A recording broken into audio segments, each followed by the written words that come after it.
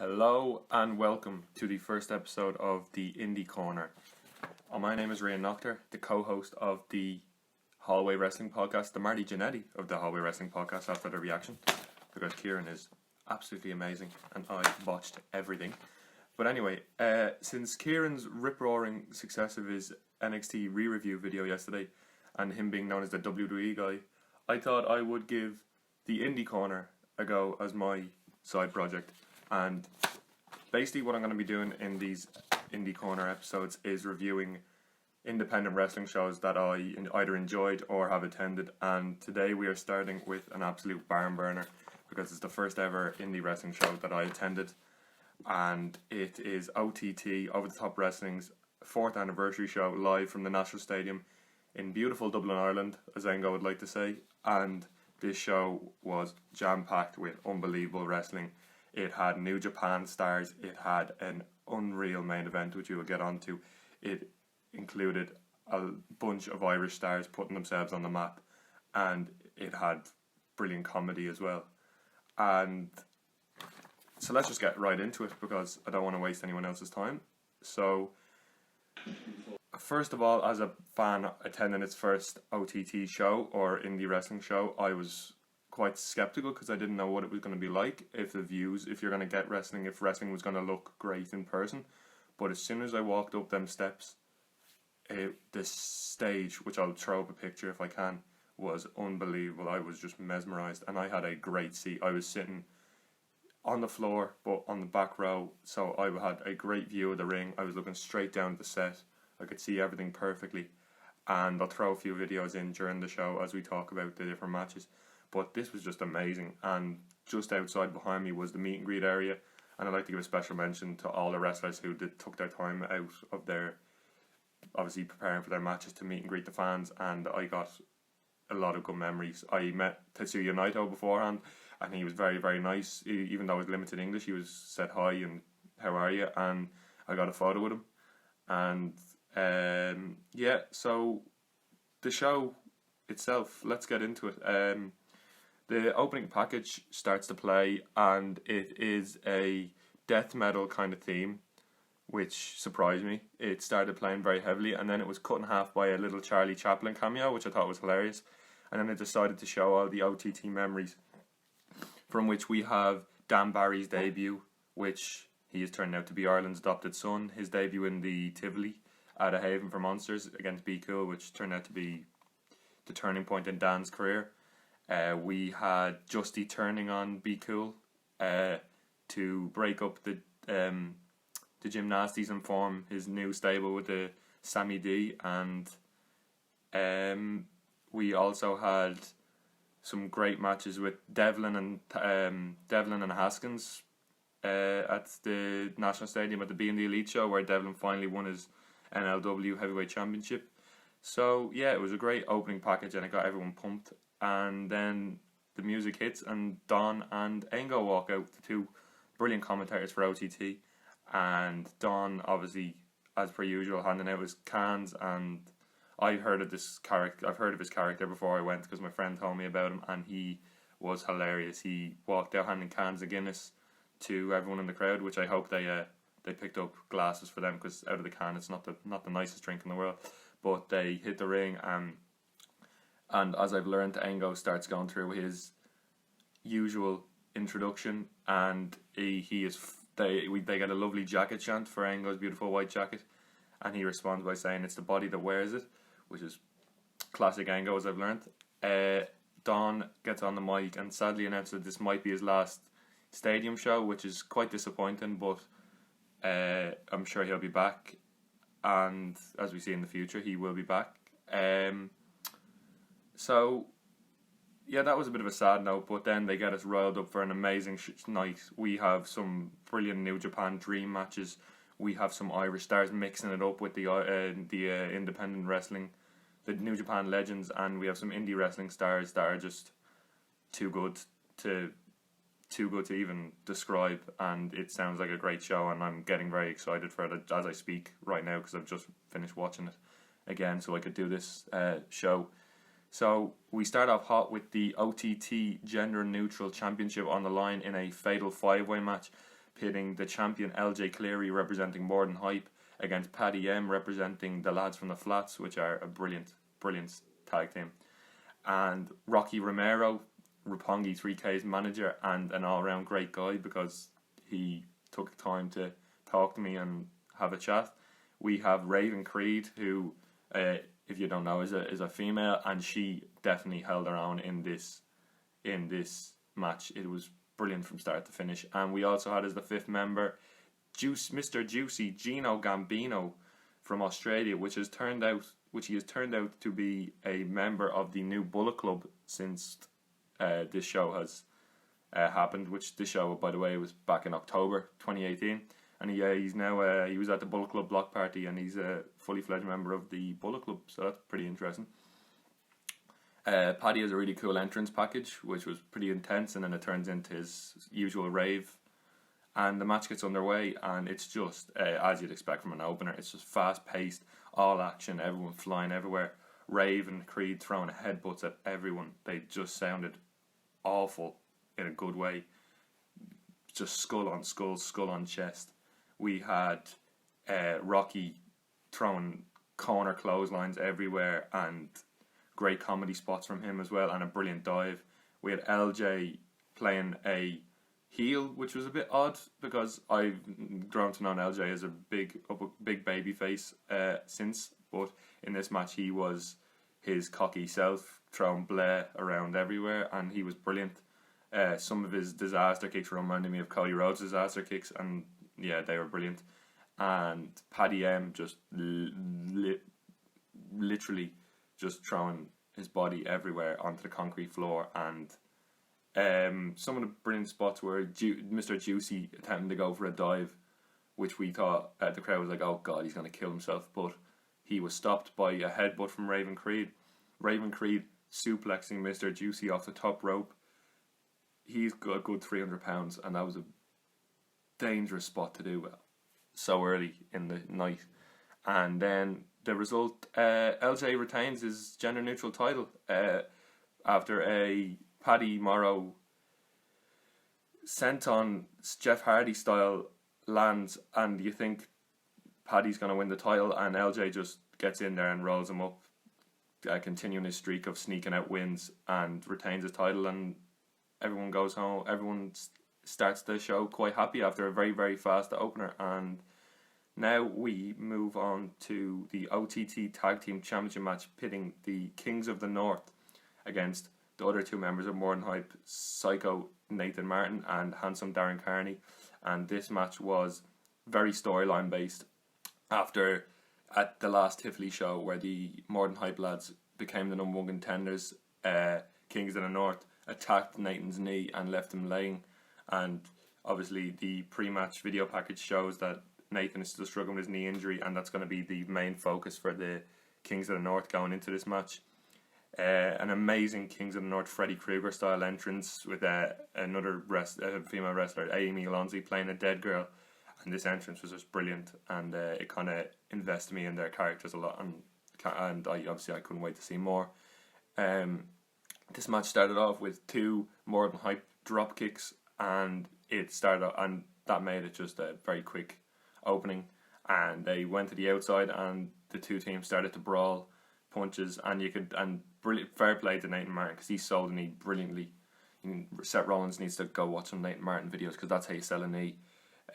He was hobbling all over the place trying to hit his moves, but he just couldn't because of his knee, and there was some serious dives. Damien Corbin hit an amazing over the top dive that really scared me because I couldn't see, so I was like, I hope his head hasn't hit the concrete there, but he landed it perfectly.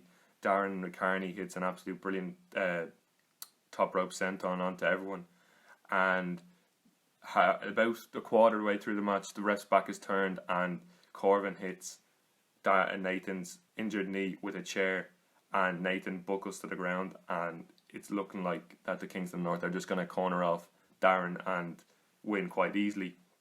But then they get very ambitious, and the Kings of the North decide to go for a corner dropkick, and the miscommunication occurs when Bonesaw hits Corbin instead of Darren Carney, and this gives Darren a chance to tag in a groggy Nathan Martin. But as we know, Psycho Nathan is not groggy whatsoever, and the comeback happens with Nathan just throwing chops and kicks everywhere. And the match culminates with Darren Carney locking in a half crab submission. And then there was a referee distraction. So Foxy obviously didn't do his job properly and was distracted by LJ helping Nathan on the outside. And Corbin hits Carney with the belt, and the Kings retain with a roll-up. A great match. Kings of the North are great heels. They get the characters perfectly because they are Belfast boys in a Dublin setting, and they just get how to create heat. And I really love them as characters, and More Than Hype are just brilliant, and they are going to be something else in the future. I'm sure you know that they're doing ICW shows right now, and they are doing really, really well for themselves. I give this match 3.75 stars if I was had my Dave Meltzer jacket on. I really enjoyed it, and it really put both teams over as great teams and set up more to happen, for more storyline to happen in the future for More Than Hype and the Kings of the North. That story's definitely not over. We move on to a New Japan and Young Irish showcase match where we have New Japan legend Hiroki Goto teaming up with, I would say, a young Irishman, but apparently Sean Guinness, as most of you know, probably has been killing it in the 0-1 over in Japan, and he's come back to team up with Hiroki Goto to face the leader of the Bread Club, Satoshi Kojima, and the technician Michael May, who is a brilliant Irish wrestler in his own right as well.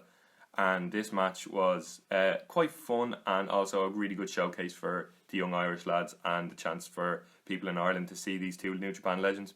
So it starts off as Kojima makes his entrance. There's loads of bread chants, and bread was tossed into the ring because Kojima's obviously, as I said, the leader of the Bread Club, and that was quite funny. And so Goto and Kojima start off the match with some nice technical exchanges. And then May and Guinness are tagged in, and they're allowed to do what they do best, and it's very acrobatic pinning attempts, with Guinness then going for chops, and everyone went silent, and some serious slaps started flying everywhere. Goto tags in, and he will decide to get in on this loud crowd reaction, and decided to chop the life out of poor Michael May. And Kojima decides that Michael needs a bit of help and comes in and decides to fire off a dozen rapid fire comedy chops, and everyone just starts bursting out laughing because Kojima knows how to get a crowd on his side. He just decides to tee off on Goto, and obviously they've had loads of matches in the future, so their chemistry is fantastic. And the crowd goes mental for Kojima because he's just firing off these chops one after the other. Kojima seemed like he loved the Island crowd, and I wouldn't be surprised to see him back in the future. And the match comes to the end with Goto pinning Michael May with a GTR, and the crowd really, really enjoyed this match. I personally didn't know the two lads beforehand, and now I do, and that's exactly what this match set out to do. So fair play to them both. The Kojima Bread Club story didn't end there. When bread was tossed in the ring, Kojima decided to take a slice presented to him by his tag team partner and shove it in his mouth, and everyone started laughing their heads off, and that was very funny. And he just loved his time there, and as I said, he'll be back. So my closing thoughts for that match are Goto and Kojima are just New Japan legends, and they are fantastic. Goto is going to be in the G1, and I can't wait to see the match he's going to have. And Michael May and Sean Guinness are two brilliant Irish stars, and they should be on their way out to a different promotion, whether that be New Japan or WWE, anytime soon, because they are both fantastic. The next match, we move on to the hottest up-and-comer in the OTT scene, and he will be a world champion wherever he goes. This is just straight-up facts. Is Scotty Davis, the Supreme Suplex Machine, Scotty Davis, and he is facing off against his namesake, but not his person's sake, because it is the representing Aussie Open, the dickhead in this match, Mark Davis. And this was a very, very, very clear heel versus face dynamic, and as Scotty comes out to his brilliant theme song, which I believe is a Red Dead reference, the crowd go mental for him because he's he had a match with Jigsaw in the National Stadium as he was 16 years old, and it was fantastic. And he obviously is the clear favourite for the crowd because of who he's facing off against. And Mark Davis comes out to the arrogant Aussie Open theme music, and he decides to play a very very nice gesture at the crowd by holding up his middle fingers. So that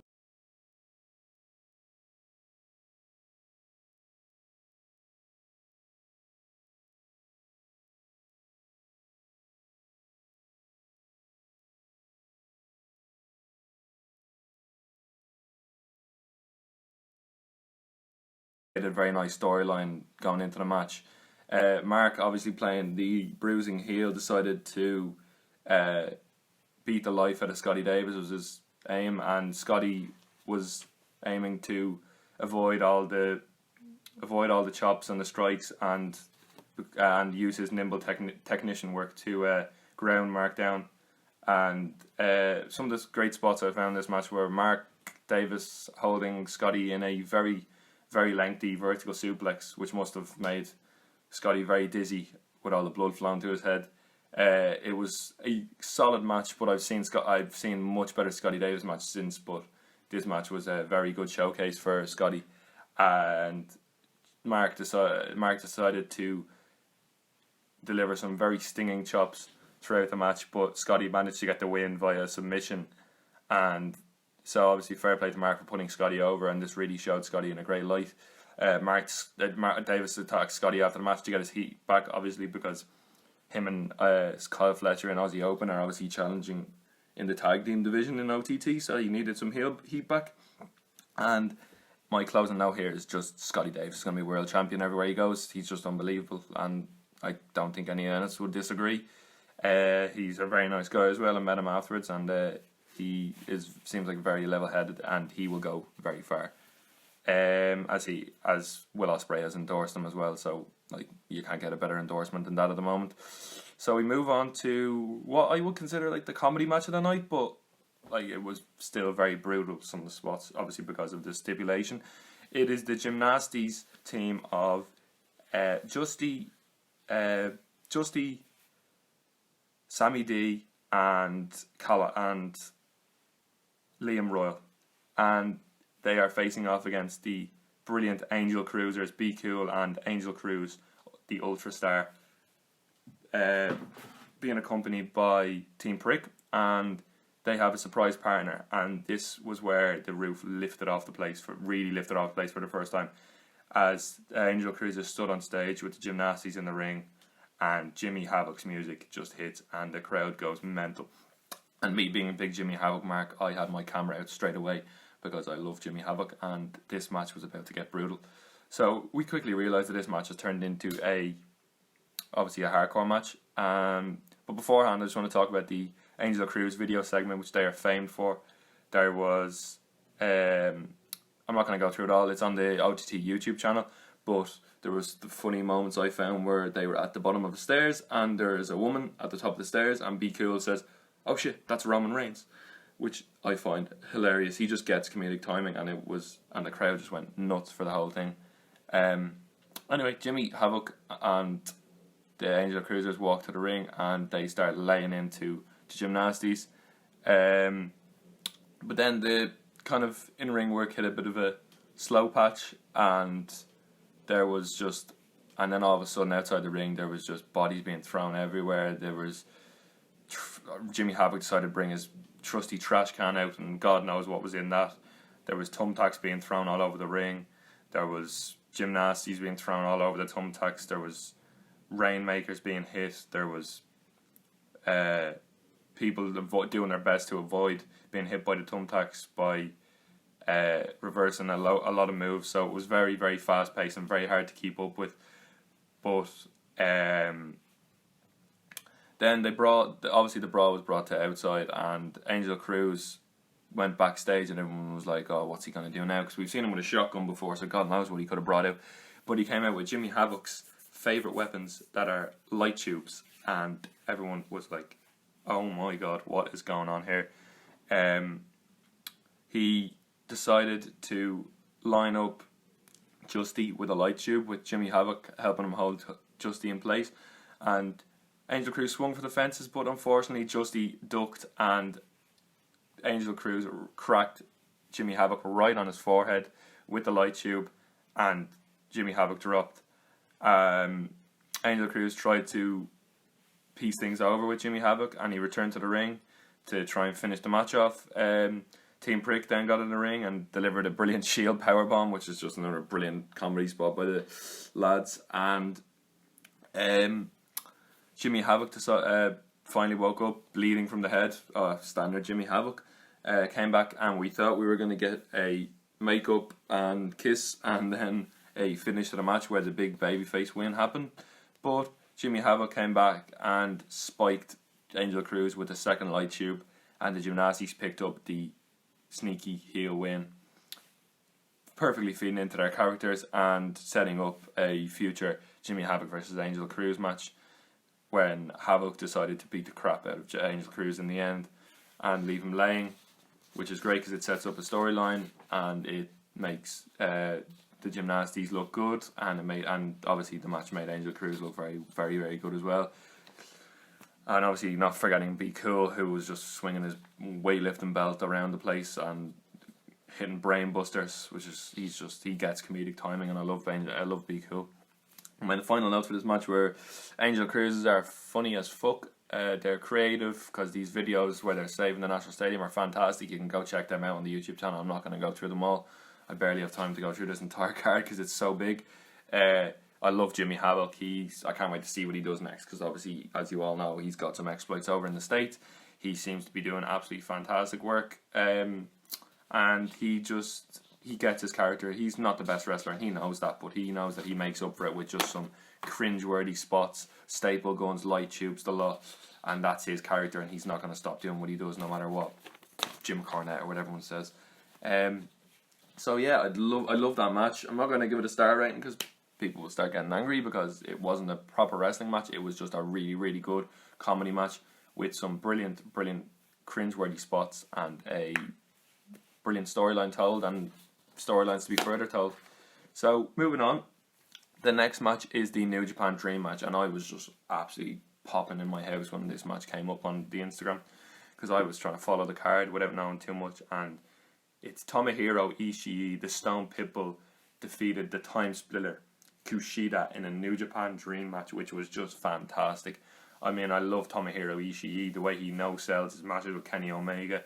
He's just a hard bastard, and he just doesn't fall down unless you do something very special. So when Tomohiro Ishii falls down, or when Tomohiro Ishii takes a move, you know it's important, because he really, really doesn't sell a lot of moves in a good way. And obviously the Time Splitter Kushida, who is just one of the best technical wrestlers in the world. He just gets how to manipulate the joints and hurt people. The Back to the Future gimmick is brilliant, even though I'm not a massive fan of the movie. I just love the way his entrance and his jacket and the glasses. It's fantastic. They both got a huge reaction from the crowd. Everyone loved them both, and they had a very good match. It wouldn't be as good as if they were given a New Japan G1 match, because they're not going to put out one of their best just in case they have to use it for New Japan. But there was a few slight botches which kind of made the story of the match, with Kushida targeting Ishii's arm, so Ishii obviously struggled to hit a certain amount of his power moves, which turned into botches, which were in a good way showing how he was selling the arm. And you know when Ishii's selling that he's hurt, because he doesn't sell very often. Sorry for the voice break. Ishii obviously was the bruiser in this match. He hit big strikes, big clotheslines, and Kushida would just try and ground down the Stone Pitbull as he can, because this is a junior heavyweight versus a heavyweight dynamic, so Kushida had to work very hard. There was also that element to it, and they brawled to the outside, and there were some seriously brutal chops and brutal clotheslines, and some, because the floor was all concrete, so some of the moves you could really hear the thud. The match came to its close when Ishii hit Kushida with the brainbuster and pinned him 1-2-3. A dream match, fully delivered to the crowd, and they were both world class. I really enjoyed it, and I obviously have a subscription to New Japan World, so I love watching both of them. And obviously Kushida's moved on to be an NXT superstar now, and we'll see how that goes, because his match against Drew Gulak a few weeks ago was fantastic, and I can't wait to see more of these dream matches coming up. Okay, and then we move on to the big match of one of the bigger matches of the night, due to the promotion of the company and how they promoted this event. It was surrounded by the OTT debut of Los Ingobernables de Japón, which consisted of now Tetsuya Naito, Evil, and Sanada. Obviously they left Bushi at home because maybe baggage or whatever. They went up against Shane Strickland, the King of Swerve, Bandido, and Flamita.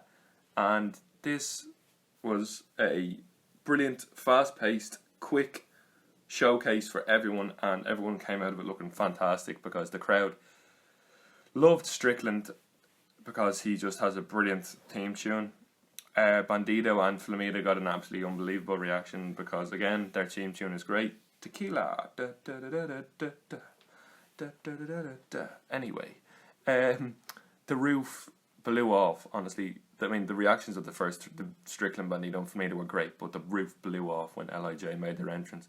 Because obviously we watch these and we think they're larger than life characters, and then they're in the National Stadium off the South Circular Road in Dublin, and it just makes everyone just go mental.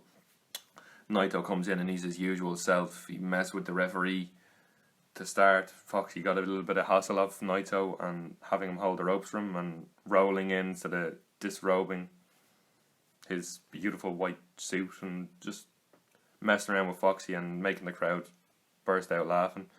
No, obviously Evil just giving nothing away, and Sanada, Cold Skull, just looking straight ahead of himself. He looked great as well, and they're both very nice people, as I've said. Naito's charisma is just unparalleled, is what I have here. He just, to be able to turn it all around after the Stardust Genius collapse and everyone hating him, and him being pulled from the Wrestle Kingdom main event, and all the down, and then going off to Mexico and forming Los Ingobernables de Japón. He deserves all the credit in the world, and he's fantastic, and he's my favourite for the G1 this year, because he's obviously going for this double champ status. The crowd reacted brilliantly to this match, even though it was a really quick, fast pace. This match could have gone half an hour, and I wouldn't have complained, but it went probably about 14 minutes, I'd say, and there's just a really fast pace to it. There's just the nimble exchanges, just strikes, counters, finisher moves. Sanada just tied up Flamita into one of them balls. You know what he does? He just puts him into a paradise lock, and then drop kicked him, which is fantastic because the way they sell it, they can't get out of it, and their arms are tight. And then just Sanada just goes up and kicks him in the ass. There was one more time chance after that, and Sanada certainly obliged by tying him up again and hitting him in the arse again. Sanada apologised and tagged in Naito after they asked for one more, and that kind of turned them slightly heel, because Naito is obviously a heel, and he had, even though everyone loved him, he had to try and get some of his heel heat back. And then they decided to brawl in the aisle, and honestly, I was just sitting there, and all of a sudden I see Evil walking up towards us, and he's just chopping the fuck out of Shane Strickland. And I think I have an audio of just, there's someone behind us, and all of a sudden I turn around, Evil's just there, and he delivers a thunderous chop. And I'm just sitting there, and I'm like, what the fuck is they doing in this profession? Anyway, the sound was just deafening. Naito hit a Destino on Flamita, obviously, and also Naito was walking around the crowd with an umbrella, which is hilarious. And then the action sprawl back into the ring, with it coming to an end with Naito hitting a Destino on Flamita and handed him over to Sanada. And then Sanada locked in a skull end, which is his brilliant finisher move, which is like a code of silence, but done a lot better than the Carmella code of silence. And Flamita tapped, and Los Ingobernables, predictably kind of, because they're coming over, they're not going to lose. New Japan aren't going to let them lose. Took home the win. Afterwards, Naito decided to grab all his heel heat by grabbing Flamita's mask, taking off a luchador's mask. You just don't do that, Naito. And wore it as a hat. Strickland tried to get it back, but Naito just obviously didn't give it back, and LIJ just basked in the win with Naito doing his typical tranquilo pose. And that was the end of a brilliant dream match and a brilliant reaction for LIJ. They're very good coming over, and the meet and greet was obviously fantastic beforehand, and Naito just gets how to be a character again, and he deserves all the credit in the world. Then we move on to the penultimate match of the night, which was Minoru Suzuki against Timothy Thatcher. So it was Suzuki-gun against Ringkampf, and as you can expect, this match was just chop after chop after chop after chop. They just beat the holy hell out of each other. Obviously, Suzuki comes out to probably the biggest reaction of the night up until this, I would say, apart from maybe Havoc and LIJ, but Suzuki came out to, obviously because of his famous theme music, and everyone screamed just Katsa Nina Ray, which is my favourite theme tune, because it just like brings the crowd, it tells you, oh, here's Suzuki and he's going to kill somebody. They were 100% behind Suzuki, who normally in Japan is a detestable heel, and the leader Suzuki-gun, who just beat the crap out of everyone, referees, anyone they can see. But because of Thatcher's allegiance to Walter and Ringkampf, Suzuki was made the default babyface for this match, but I wouldn't call him a babyface.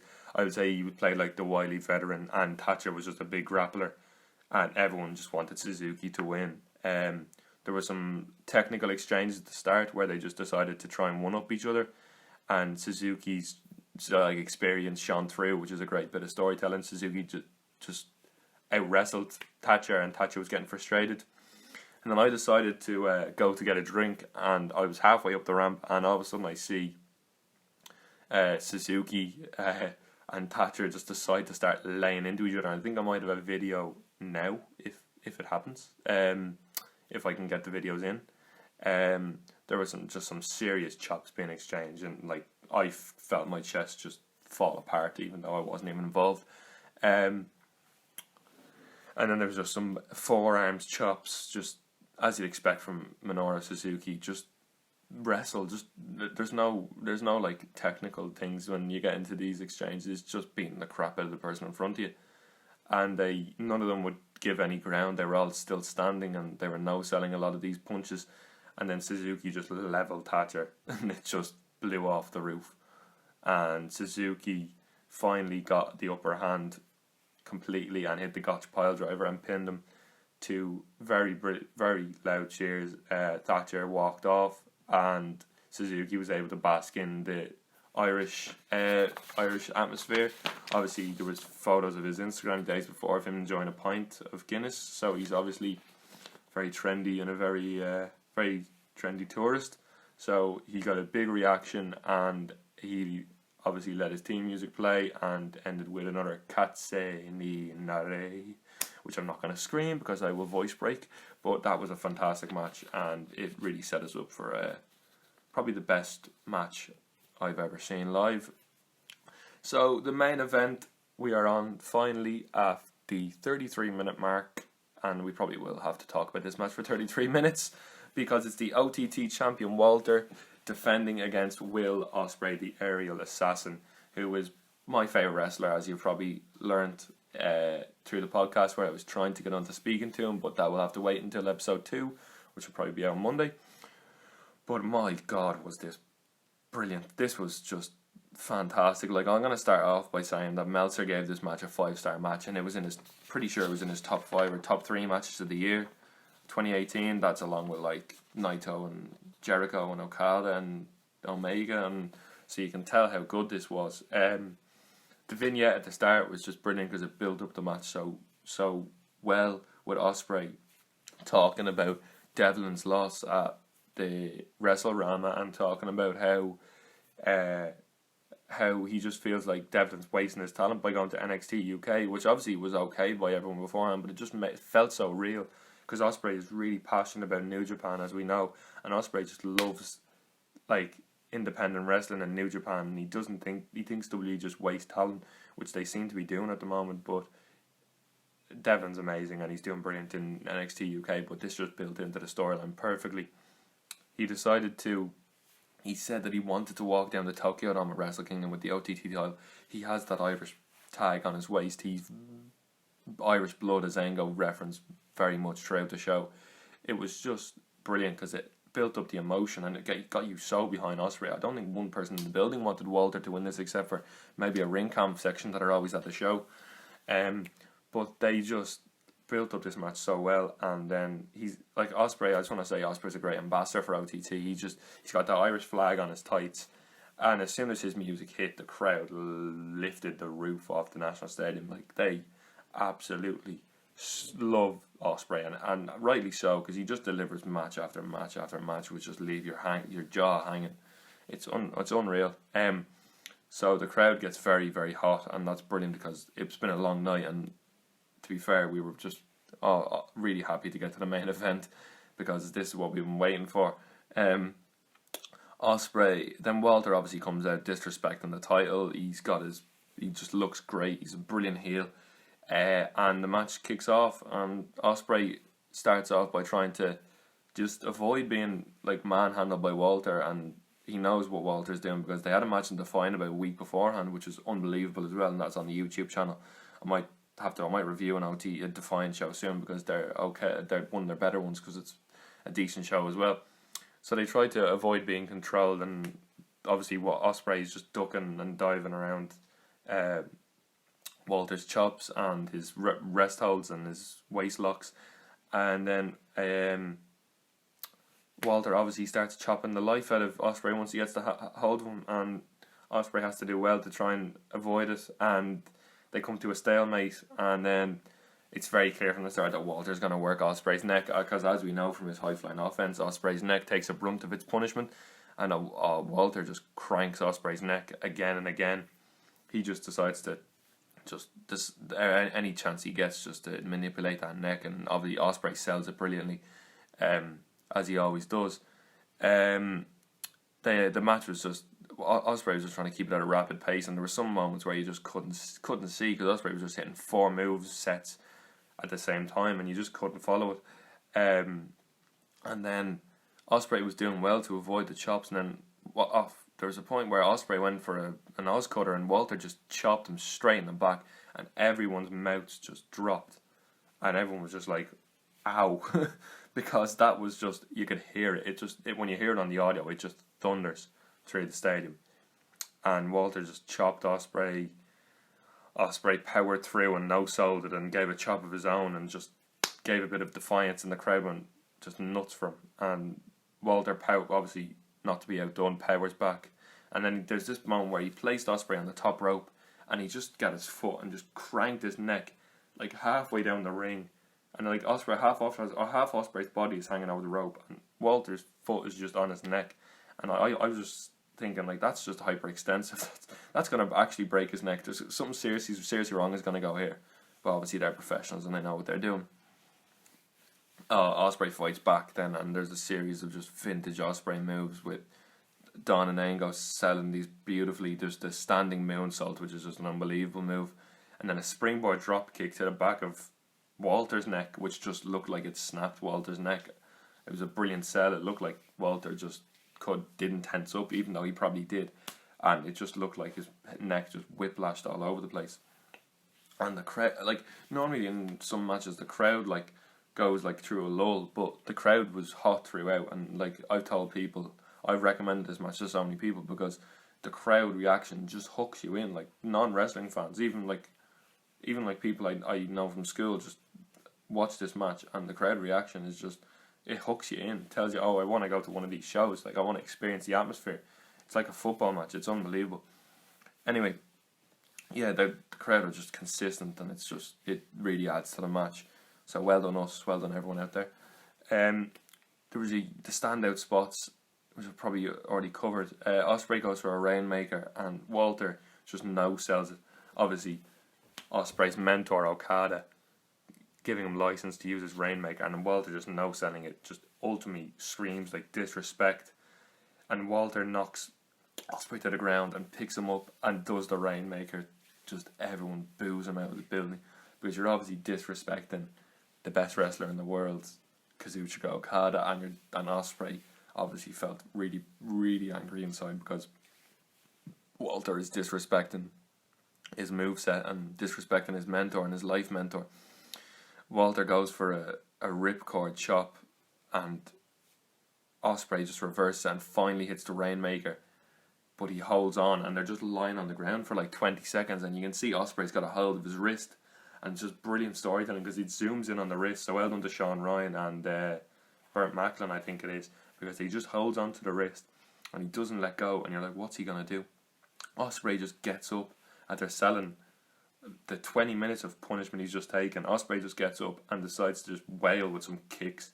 I just have it here. Ospreay just kicks the crap out of Walter's chest, and he just kicks him into the ground, and then he goes for a moonsault, and this moonsault looks like it's going to land until the very last minute where Walter moves, and you're like, is Ospreay going to land it?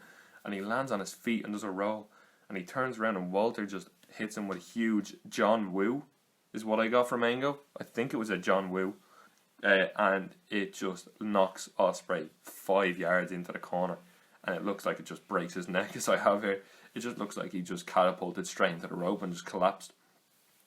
And then the action spills outside the ring with Ospreay hitting a great, obviously a handstand backflip, which I have a video of. Hopefully I can stick these in. And it's just picture perfect. Obviously lands perfectly. And then Walter obviously goes up after beating down Ospreay a little bit, goes up to the stage and removes the steps, and everyone's like, what's going on? Don provides a brilliant line where he goes, we said those steps were going to kill someone one day, and obviously they made way for Ospreay to nearly be killed when Walter decides to powerbomb him on the stage. And as I've said already, the commentators just do a brilliant job of selling how powerful Walter is and how these moves are just going to really destroy Ospreay's body. And we think Ospreay's out, and Walter's just gloating in his victory, and then all of a sudden we turn around and we see Ospreay standing up in the corner, and Ospreay's on the edge of the stage where the entranceway is, and we're like, what's he gonna do? And it's just a huge Torpe con hilo. I wish they had a third man in that booth. I wish Don Callis was there to call that Torpe con hilo off the stage, because I have footage of it here. Hopefully I can put it in. But the Torpe con hilo just lands perfectly, even though Ospreay looks like he tweaks his ankle just after it, but it just hit perfectly, and the crowd reaction were like, oh my god, Ospreay might do this. Ospreay's got Walter's number. Every time Ospreay is down, Walter just comes. Every time Walter is down, Ospreay just comes back with some serious moves and knocks Walter to the ground, which we don't see often. That's why it's just so big. Walter wins in 5 minutes. Walter wins in like. And if Walter goes more than 20 minutes, he usually wins. And other than that, Walter usually comes out on top, and Ospreay seems to be one up on him right now. And Walter goes to the top rope, and after a few exchanges of moves, Walter decides to go to the top rope, and Ospreay just out of nowhere, a handstand head kick just lands Walter straight on the temple. And I have here just Ospreay's relentless, just the amount of moves he does. Like, he keeps it so fresh, even though we've seen all these moves before. But when you go invested into the match, you're like, oh my god, I remembered he had this move in his locker. And Ospreay just goes for this move, and it's just it lands beautifully on top of Walter's head.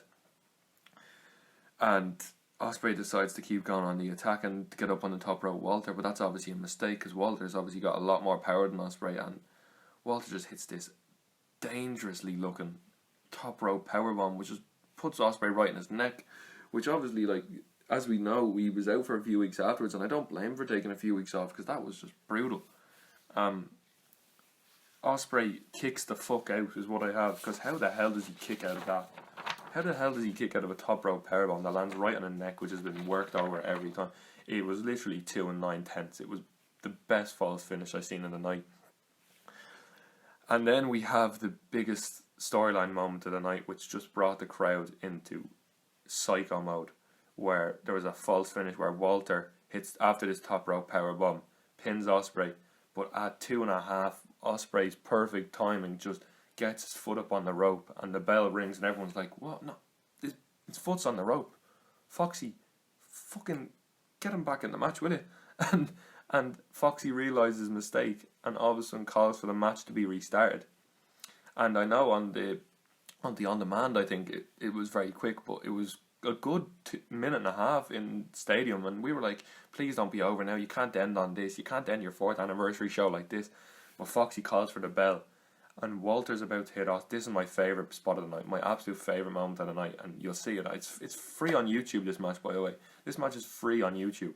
They are like spoiling us. A 30-minute 5-star match, Dave Meltzer 5-star match, is on YouTube right now. So go check it out. Yeah, I need to go stop going off topic.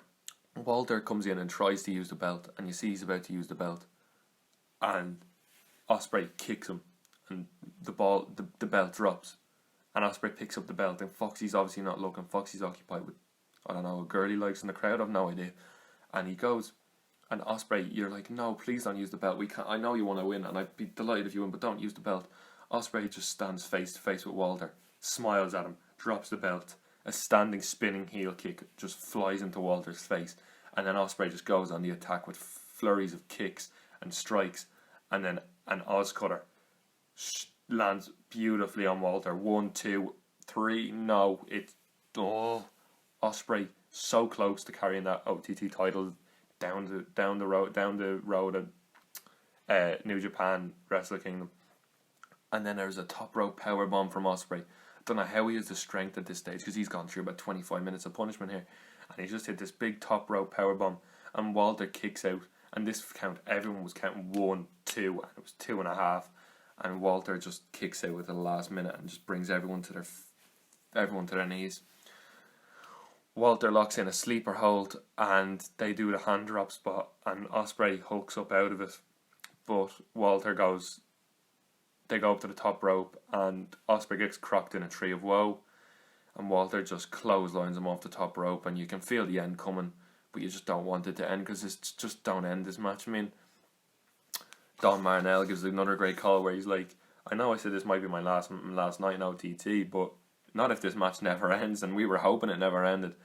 They locked in a sleeper, Walter clotheslines him off the top rope, and then delivers one of his signature moves. It's come to be, because you see it once every few months, with a guy 300 pounds, 100 kilos, flying off the top rope, and it's a huge splash, and it lands square on Ospreay's chest, and that's 1, 2, and 3, and Walter retains his OTT title, and everyone is very upset. It's not ending on it. It's not a New Japan ending on a nice note, storyline wise, but in kayfabe, that was an unbelievable match, and I went home very happy.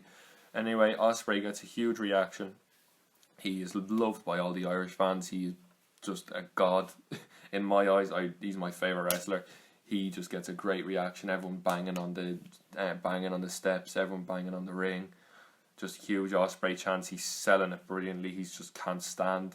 Obviously, I've seen his Instagram afterwards where he's just got a sad filter on. He's eating pizza, and he's just really depressed. He just keeps the audience feeling like I want to see Ospreay win this title. And I'd rate the main event just 5 stars straight over. I'd agree with Dave Meltzer. I mean, me and Dave Meltzer are best friends, so Dave told me that he loved this match, and I think I can't disagree with him. So that brings to an end our OTT 4th anniversary review and the first episode of the Indie Corner. I'm still getting used to talking to a voice recorder and knowing that this is going out on the internet, so I hope to be better as this goes on.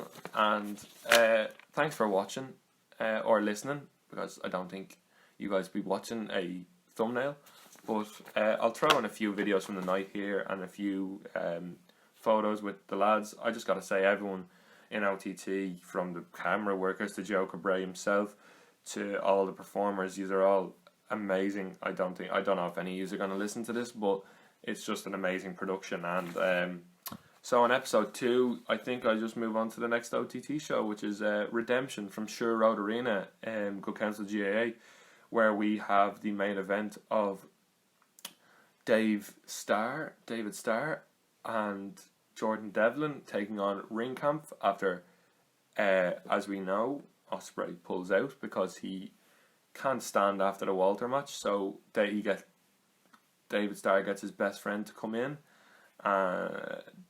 Jordan Devlin gets his best friend David Starr to come in and take on Ringkampf. And at the scene of Walter's triumph over Jordan Devlin, we also have the death match between Angel Cruz and Jimmy Havoc, which will just, as you know, is just a great like cringeworthy match, and we also have a lot of fun matches going on. So thanks for listening. I hope to see you again sometime. And have a good week, and I'll see you on Monday for the episode 2 of the podcast, and watch out for Kieran's NXT re-review. So thanks for listening, and that's been the Indie Corner episode 1.